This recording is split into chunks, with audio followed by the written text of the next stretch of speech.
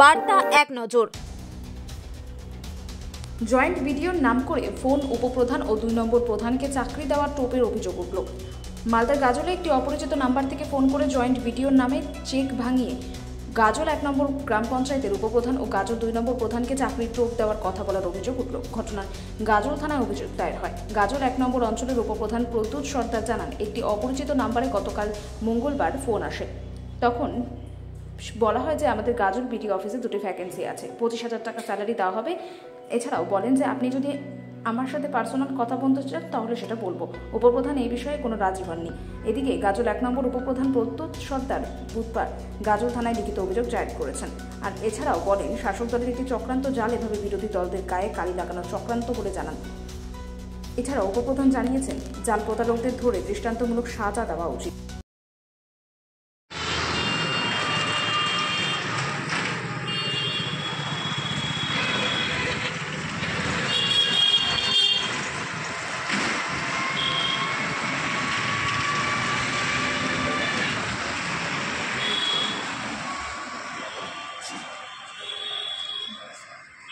গতকাল ঠিক বেলা 12টা নাগাদ, 12টা সাড়ে 12টা নাগাদ একটা নাম্বার থেকে কল আসে হঠাৎ করে। সেখানে ফোন করলে তার পরিচয় দেয় জয়েন্ট বিডিও সাহেব বলে, এবং জয়েন্ট বিডিও সাহেব বলে পরিচয় দেওয়ার সঙ্গে সঙ্গে আমি ফোন কলটা আরও রিসিভ করি আর কি। সেখানে বলা হয় যে পঞ্চায়েতে 2টো ভ্যাকেন্ট হয়েছে, যে ভ্যাকেন্সি হয়েছে সেটা হচ্ছে একজন কম্পিউটার এর জন্য লোক না হবে এবং আরেকটি কৃষি দপ্তরের জন্য একজন লোক নেওয়া হবে।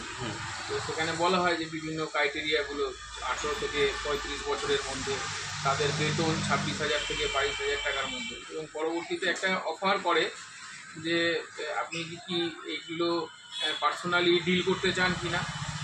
তৎক্ষণাৎ আমি সেটাকে নাকচ করি এবং জানাই যে না, এটা আপনি অফিসিয়ালি মেল করুন, এবং আমাদের যে প্রধান আছে এবং আমাদের যে পুরো পঞ্চায়েত যে সিস্টেম রয়েছে সেখানে আলোচনা করে এগুলো করা হবে।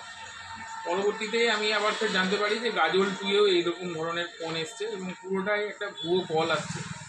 এখন বিষয় হচ্ছে যে এই ভুয়ো কলটা কোথা থেকে আসছে বা কারাই করছে। এটা একটা সাইবার ক্রাইম তো অবশ্যই, তার সঙ্গে সঙ্গে বিরোধীদের একটা চক্রান্ত হতে পারে, যেখানে প্রধানদেরকে বা উপপ্রধান হিসাবে আমাদেরকে বিজেপির প্রথম সারিতে যারা আমরা কাজ করছি তাদেরকে একটা কালিমালিপ্ত করার জন্য প্রক্রিয়া হতে পারে। এই জন্য আমরা আজকে আইসি সাহেবের নিকট দ্বারস্থ হয়েছি এবং তাকে একটা কমপ্লেন, লিখিত কমপ্লেন আকারে আমরা দিয়েছি। গাজল 1-এর পক্ষ থেকে আমি লিখিত কমপ্লেন দিয়েছি, সেখানে কমপ্লেন রিসিভ হয়েছে এবং দ্রুত যাতে এর একটা সঠিক তদন্ত হয় তার জন্য আমি আইসি সাহেবকে অনুরোধ করেছি পার্সোনালি, এবং লিখিত আকারে সেটা দেওয়া হলো আর কি। জনসাধারণকে অবশ্যই মানে সজাগ থাকতে বলবো, এসব ভুয়ো বিষয়গুলো যেন কেউ না এই লোভে পড়ে। কারণ আমরা দেখেছি যে গত এসএসসিতে যেভাবে আমাদের রাজ্য সরকার যারা যোগ্য নয় টাকার বিনিময়ে চাকরি পেয়েছে, কিন্তু দেখুন আজকের ডেটে কী হয়েছে, সব চাকরিগুলোই চলে গেছে। যারা যোগ্য ছিল, যারা যোগ্য ছিল না, পুরো প্যানেলটাই কিন্তু টাকার বিনিময় হয়েছিল বলে বাদ হয়ে গেছে। তো আমি বলবো যে এইরকম বিষয়ে কেউ পা দিবেন না। আগামী দিনে স্বচ্ছতার সঙ্গে থাকুন, মেরিটের ভিত্তিতেই চাকরিগুলো হোক। এর জন্য আমরা সব সময় বলে এসেছি। আমাদের বিরোধী দলনেতা শুভেন্দু অধিকারী শুরু করে আমাদের যে রাজ্য সভাপতি রয়েছেন সুকান্ত মজুমদার, সকলেই আমরা এই বিষয়ে আন্দোলন করছি যাতে সুযোগ্য যারা যোগ্য রয়েছে তারা যেন চাকরিগুলো পায়।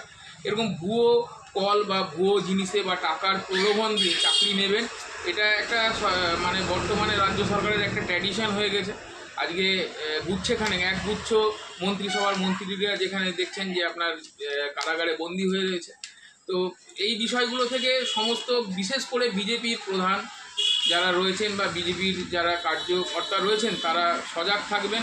কারণ বিরোধীদের এই চক্রান্ত থেকে সবসময় আপনারা সজাগ থাকবেন। কারণ এই মোটিভেটটাকে যে ঘুরিয়ে দেওয়ার একটা প্রচেষ্টা, যে বর্তমানে যে যারা যোগ্য নয় তারাও যে চাকরি করছিল, তাদের যে আন্দোলন, যারা যোগ্য তাদের যে আন্দোলন চলছে বর্তমানে গোটা রাজ্য জুড়ে, সেই মোটিভেটটাকে ঘুরিয়ে যাওয়ার জন্য একটা রাজ্য সরকারের প্রক্রিয়া, মানে রাজ্য সরকার যে তৃণমূল দল আছে তাদের এটা একটা প্রক্রিয়া হতে পারে, যাতে এই আন্দোলনটাকে জনগণের মুখ থেকে ঘুরিয়ে নেওয়া যায়।